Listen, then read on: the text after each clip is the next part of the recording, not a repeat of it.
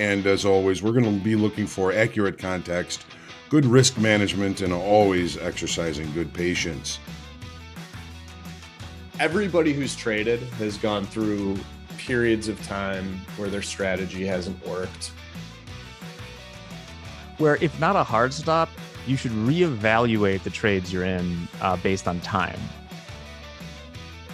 That's what we're here for, is to put ourselves in the best success. A trading routine does that, builds that habit, lets you know what to work on, what to reflect on, and what to improve on the next day.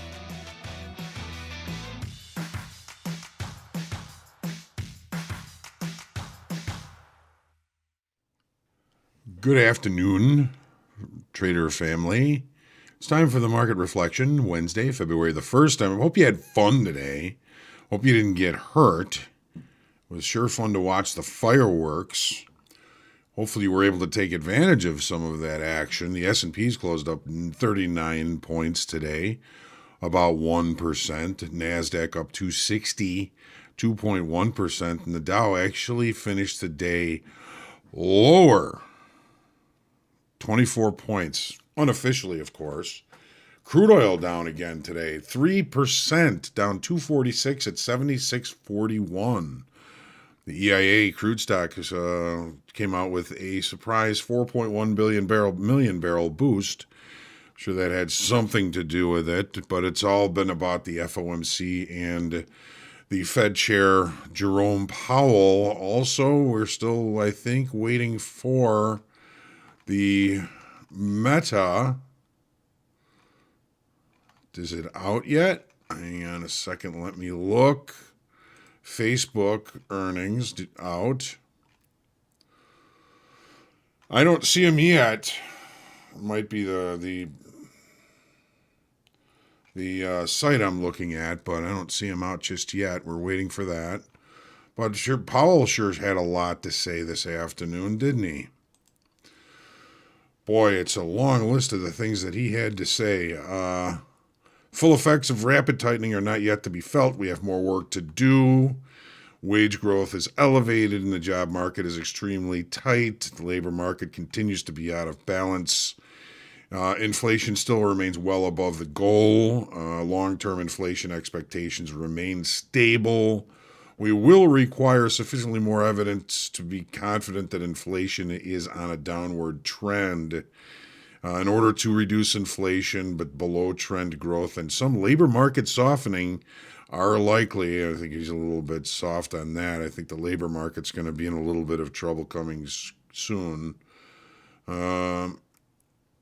It's important that financial conditions continue to reflect the policy restraints we have imposed. Expecting housing inflation to continue to rise, then fall. He said so many contrary things here. I was looking through it for just a few minutes here before the reflection here. Here he says, for the first time, we can declare that a deflationary process has begun. That's good. It may have something to do with why our stocks jumped the way that they did after he started speaking. Talking about a couple more rate hikes to achieve an appropriate restrictive stance. We are not very far from that level. So overall, I think some pretty good news from our Fed Chair, Chairman Powell. Forgot to say who I am. My name's John. Thanks for trusting me with your time. Good afternoon, everybody. Spencer hasn't traded all week. He's just been watching these markets. There's nothing, absolutely nothing wrong with that. Good afternoon, my guy Vince, Stocks COVID-19. Hello. Haven't traded either, just watching. Anthony Bell, Haggle Matters. Wow. Good afternoon, my good friend Kevin Laffey, Anthony Bell, Eagles Quest. My pleasure. Hopefully it helps you, makes a difference. Stocks COVID-19 will take $1,110.42 and run with it. Nice job.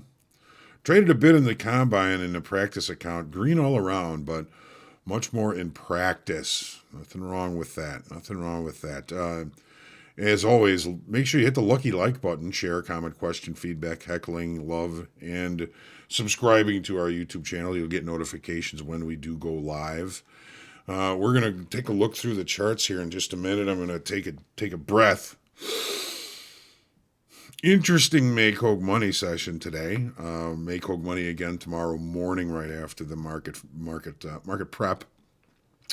We're thinking about making some changes. Don't want to discuss too much, but probably going to be moving Make Hogue Money to the morning every day, except for Fridays, of course. And maybe some more things coming at you soon. Hopefully you'll enjoy it and find it useful. We're going to take a look here, starting with the daily and crude.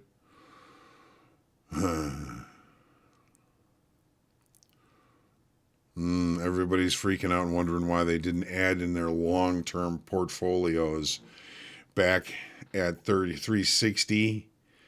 Yeah, it's a lot of folks do things the opposite of what they're supposed to do, Anthony, right? Fear takes over.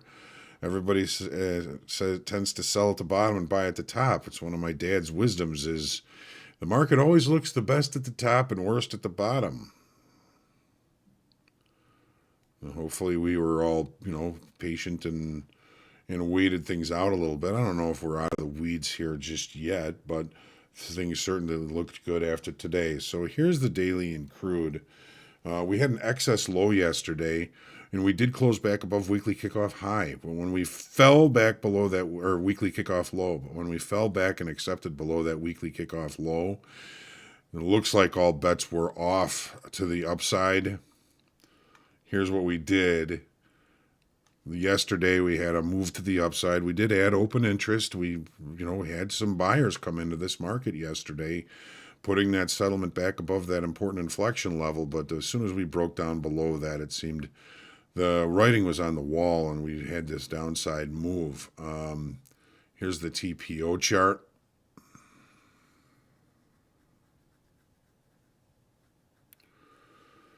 Anthony Bell, it's something I felt for a long time, when you find everybody's stuck the wrong way and you find an opportunity in that. Sometimes it does feel nasty, but you are actually providing a service. They need to get out. Buying opportunities, yeah, because people are trying to get out, and you gotta scoop up the bargains when you can. Don't feel dirty about it, nasty about it, whatever it is. Ranging 78.65, relatively central in the range, early range, and then driving lower. Double distribution trend day. We have to see what this looks like tomorrow. Pretty good probability if we open in here, we're going to repair this profile tomorrow. Anything can happen, of course. Here's the mini S&Ps. Here's the daily. So a little bit opposite of what we saw saw today in crude oil. We had the excess low. What is that? We had the excess low yesterday, long shadow. We added open interest. Everything looked pretty decent for the continuation of the upside structure, and look what we did today. We reached weekly kickoff high, 41.50. We looked at that. We're a little bit too cheap on our short up there, but it's okay. Tomorrow's a whole nother day. Here's the 30-minute chart. So we opened in the late spike to the upside. My thought was, by the end of the day, if we did not have the FOMC meeting, the market would resolve to the upside. With or without the FOMC meeting, I have a feeling that has happened. We don't know what's going to happen when these things come out. The market didn't really move until after Powell started speaking. So we moved the market basically to where the late spike began down here. That was our original low here. And then we started looking lower, rejecting, finding buyers to move this sucker to the upside. Pow. Wool. Here's the TPO chart.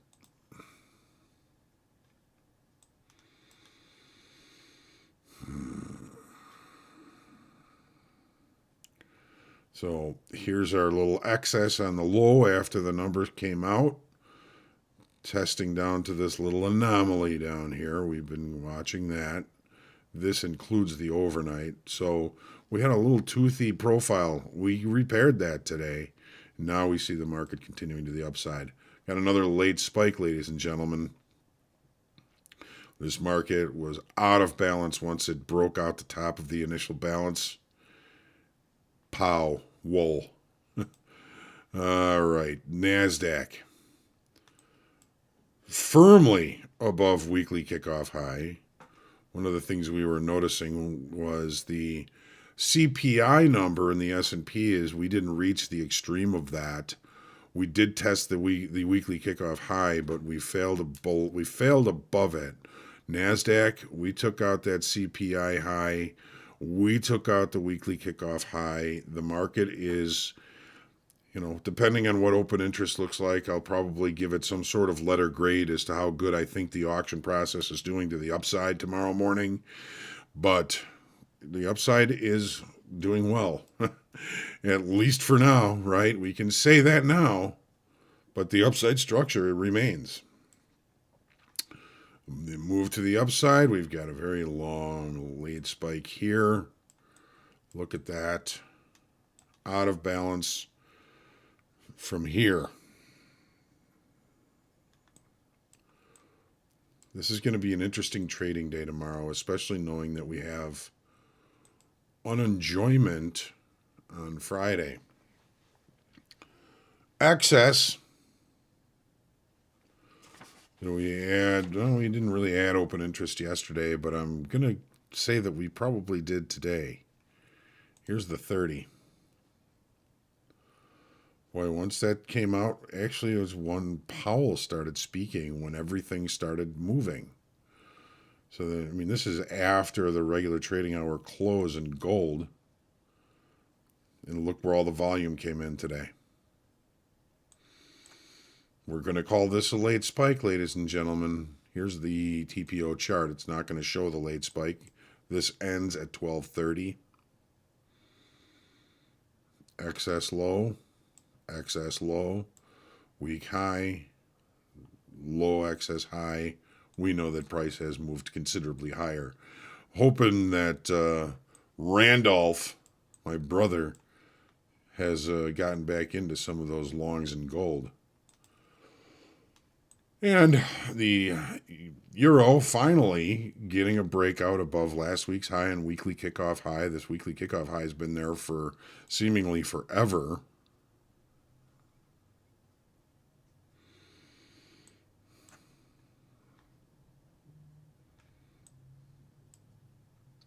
TPO chart. Nice late spike. This reference is going to offer opportunity for us tomorrow. What did 10-year do? Nice pop. The yield just dropped. Still couldn't get us above weekly kickoff high. Here's the 30.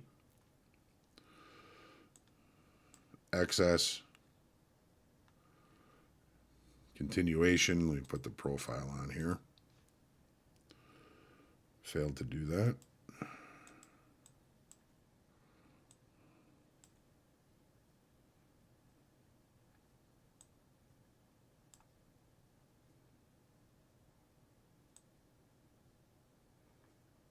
There we go. Man, oh man, markets just fell out of balance. More downside continuation in the natural gas. Look at that. I got a article about the energies I've got to read. Thanks to a friend of ours. And the TPO chart is going to be a nice trend day to the downside. Double distribution. I don't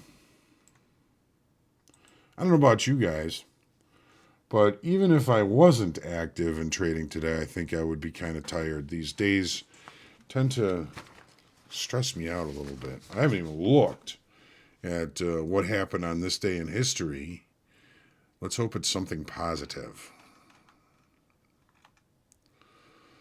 Let's see. The Oxford Dictionary debuts today in 1884. Seems like it would be older than that.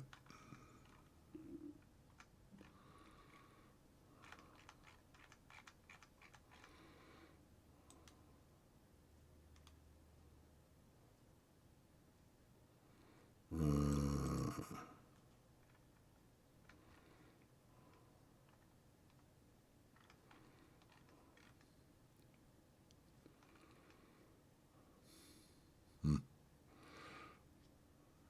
2013 House of Cards Netflix first original series starts streaming.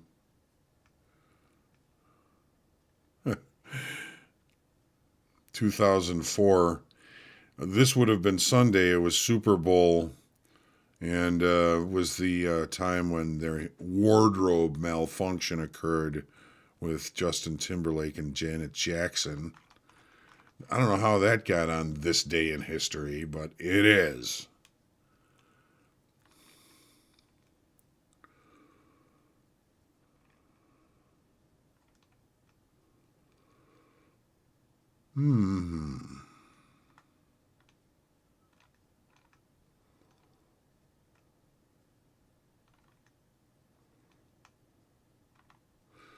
Huh. 1980, Blondie's Call Me was top of the charts for 6 weeks starting today.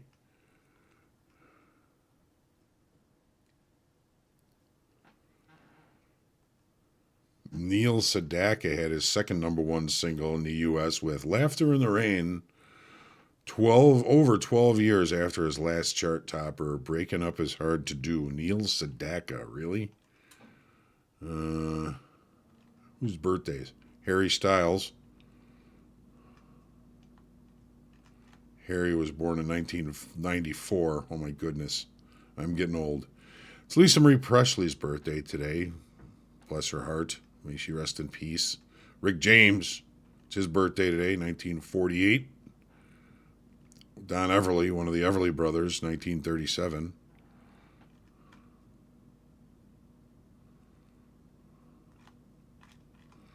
It's about all I see there.